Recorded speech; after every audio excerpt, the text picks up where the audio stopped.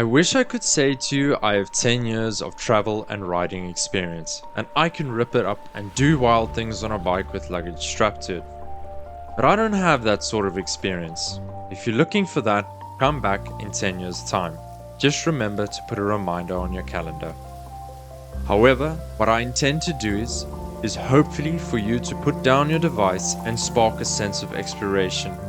Whether it be the same or a snippet of my journey, I want to get people into nature because that is where inner beings are restored and start to come to life. However, your mortality and finite life will be brought up close and personal, especially on a bike. This video, when released, will probably do horribly.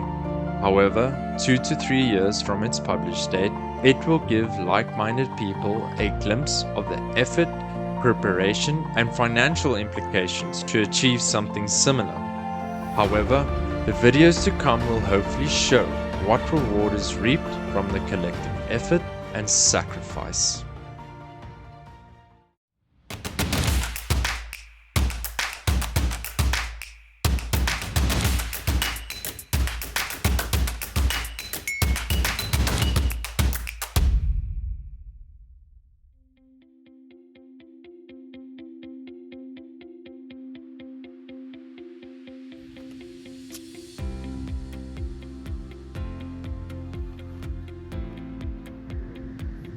Hello guys, and welcome to my channel.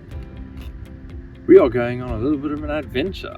I'll be traveling as a digital nomad through Southern Africa. So my plan is to go through the whole of South Africa, pieces of Mozambique and Botswana. I'm still deciding about Namibia, but we'll see how that goes. Yeah, this is the prep phase of the journey. There's a lot of stuff that has been done to up this point. And yeah, just want to give you some insight. This video is also for people that are like-minded and want to see what it takes and, you know, the necessary stuff that you need to get just to be able to do a journey like this, or even just a snippet. I mean, there's a lot of things that apply across the board, whether it's a one-day trip or multi-month trip like this. So yeah, stick around.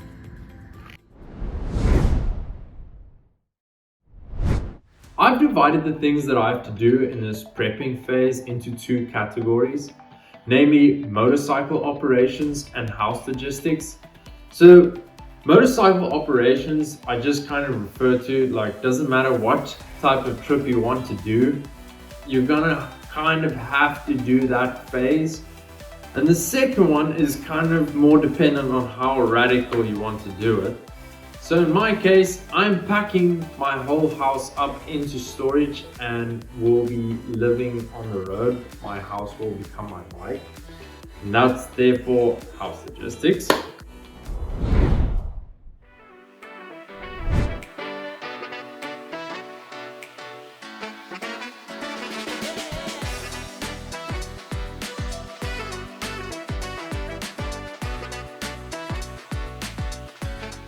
Yeah, so this was my weapon of choice. There was a ton of contenders out there for this journey.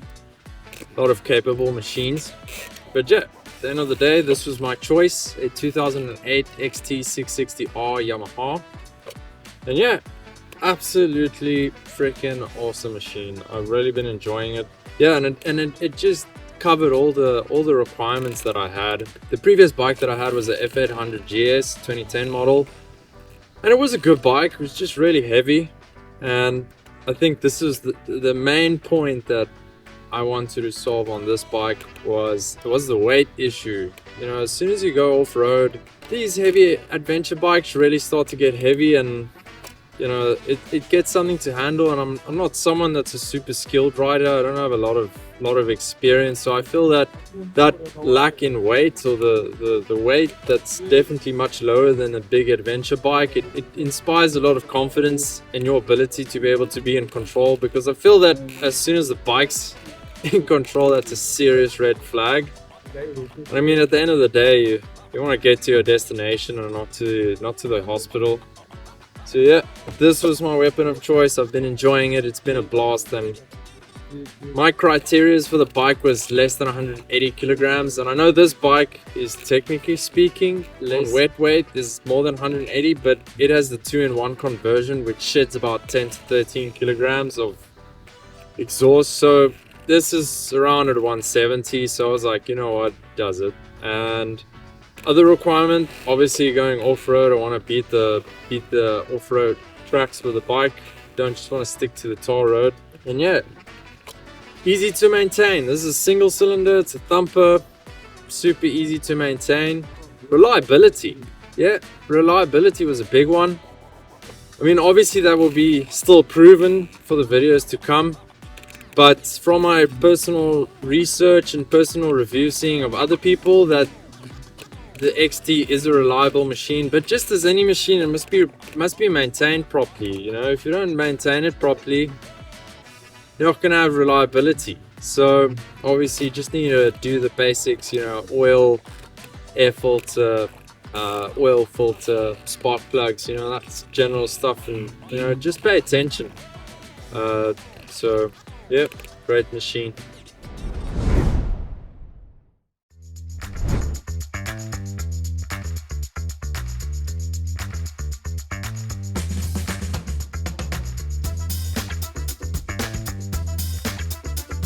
Another critical aspect to my prepping phase was actually getting proper training. You know, these machines, it's if you don't know how to handle them, it's dangerous. I mean, I don't like to use the word dangerous. I prefer to say that bikes are just very less forgiving to ignorance, stupidity, and incompetence. I mean, stupidity, you're gonna be dumb, you know, you do introduce yourself to risk, and then incompetence, yeah, that was what I was trying to improve on. So I went to a training course, and I would highly recommend it for anybody. I mean, it really was something that boosted my confidence in just actually handling the machine, you know, and not being afraid. I think that's something that you really should invest in, whether it be off-road or on-road. I haven't been for on-road course, but I'm pretty sure that the value that you get from an on-road training course would just be as good. So I'd really recommend going for training, and then not only going for the training, but once you come back from the training, actually go and exercise the things that you learned, because you've actually just seen what you're supposed to see and learn what you're supposed to see. I mean, learn what you're supposed to learn, but I mean, you can't just assume that you know how to do it. You got to actually go out and learn what you did. Learn what you learned on the course. So I'd just really just get on the bike and try and make the things that you learned on the course second nature. So do a training course, and you can't do too little. I did the basic course, or the introduction course, and then I did an intermediate course, and that was really fantastic. I definitely would like to go do the advanced course of CountryTrax. It was really, really informative. I will put a link in the description for anybody that's interested in the training. I would highly recommend it, and it was just a ton of fun. Go do training, it's a fun event, you meet like-minded people, and yeah, all around happy with it.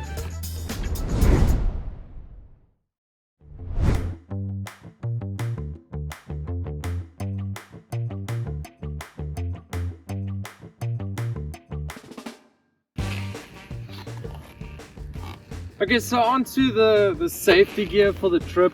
I mean, obviously, good helmet, good gloves, good motorcycle jacket with padding on the elbows, padding on the back and shoulders.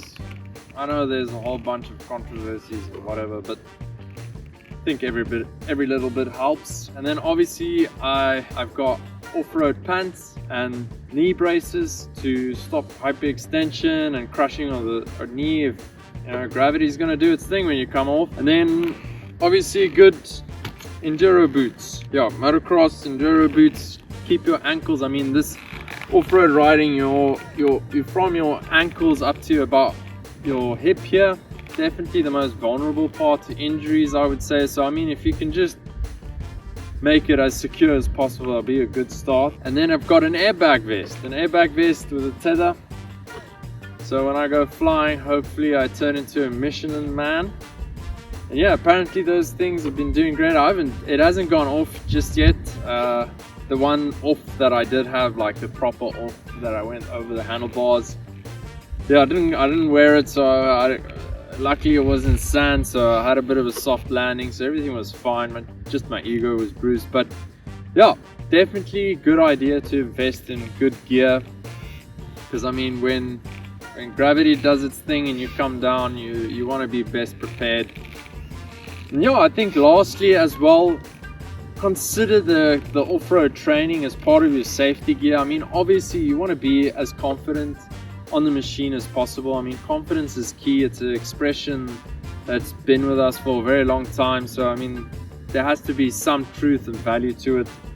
So definitely rather aim to be more competent on the bike than necessarily be protected by gear and have your safety nestle in, you know, I'm wearing safety gear, so you know, I'll be fine. Rather be, you know what, I'm a competent rider, I've practiced the things that I've learned in my training course, I've gone for training courses. Rather approach your safety in that sense.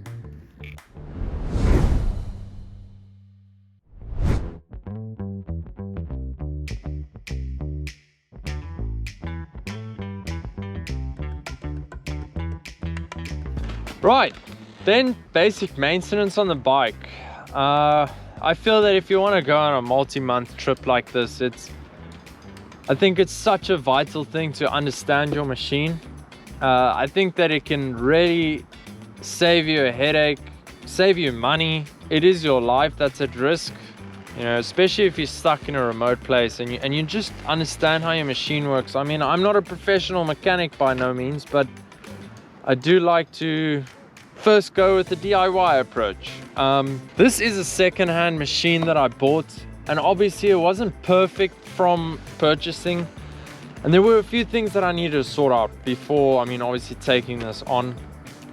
And I feel that it's in fact, it's a good thing. I know that a lot of people want to avoid this by buying a new bike or like a demo bike and everything's perfect on the bike, and yeah, sure, like it's okay, but I think there's nothing wrong in being forced to fix something, because the thing is, it allows you to really look at the bike in more detail and pay attention to what's going on. I mean, ultimately you care more about your safety and your well-being than any other dealership or any other mechanic.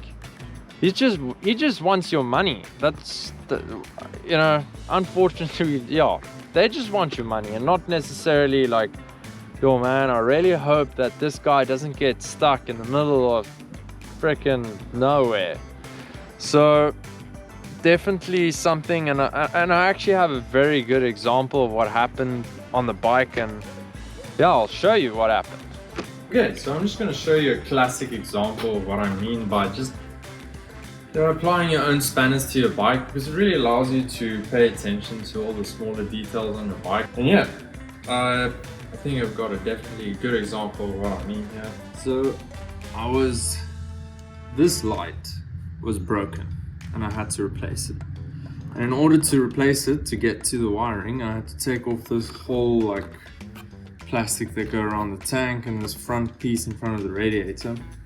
And in that process, I discovered that this mounting ear of the radiator is actually in fact broken off, sheared off here. So, you know, it's definitely like off, I mean, on-road use, maybe not a serious problem. You know, the two mounting ears over here would be sufficient, but if you're going to do some rough off-road stuff, like, you know, this thing's definitely intended to be used with 3 ears, and you know, it'd be a good idea to get that solved, and might just save you a massive headache next to the road. I mean, if this radiator breaks off and it's hanging by, I don't even know what, it's gonna be a problem.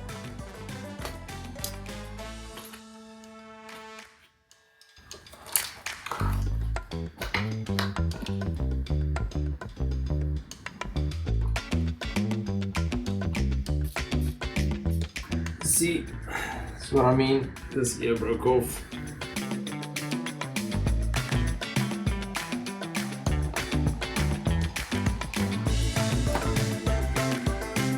in a nutshell needs to happen is this here. I'm our equivalent to JB Weld. I'm gonna use Pratley steel, and it's like a steel epoxy.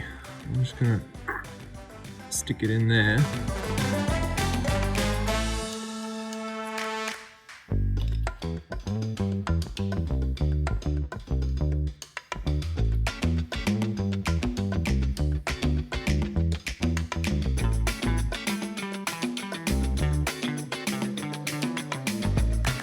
Right, so I'm gonna make the second batch.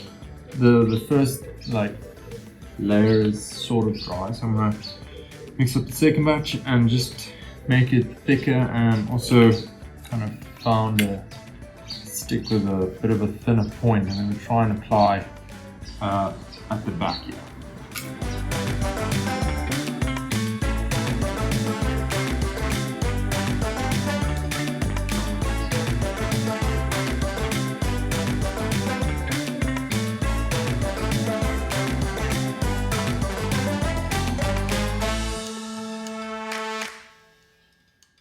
Okay, cool. It ain't pretty, but it's a job. Yeah. No, I just need to leave it to sit because it's still it's not set just yet. So I need to. Feels like it should be in more or less that position.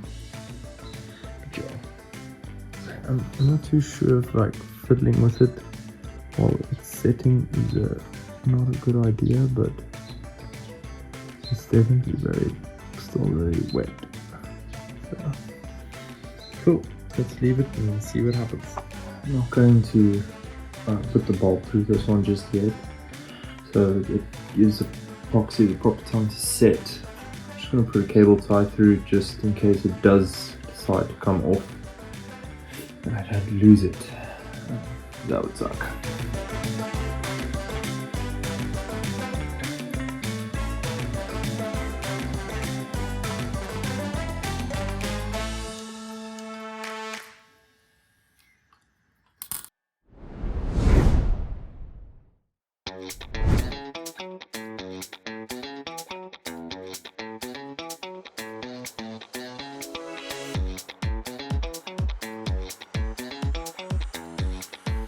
Lastly, I'd just like to speak about the house logistics. This weekend is D-Day. We are packing up the last little things. I've been packing up my house for the past 4 weeks. Slowly but surely putting everything into the storage unit, but this weekend is the last one. Sunday, the trip starts, then we are officially homeless. I am aware that I didn't actually show you anything that's in my luggage. I feel that on its own is a separate video, and if you're interested in that, I will actually make a second video showing exactly what I bought and why I bought it. Probably will be scrutinized in the comments saying about all the useless stuff that I've brought along. As this is a multi-month trip, I feel that being prepared is the best way forward. So yeah, thank you for sticking around. Until the next video, remember to rock and roll.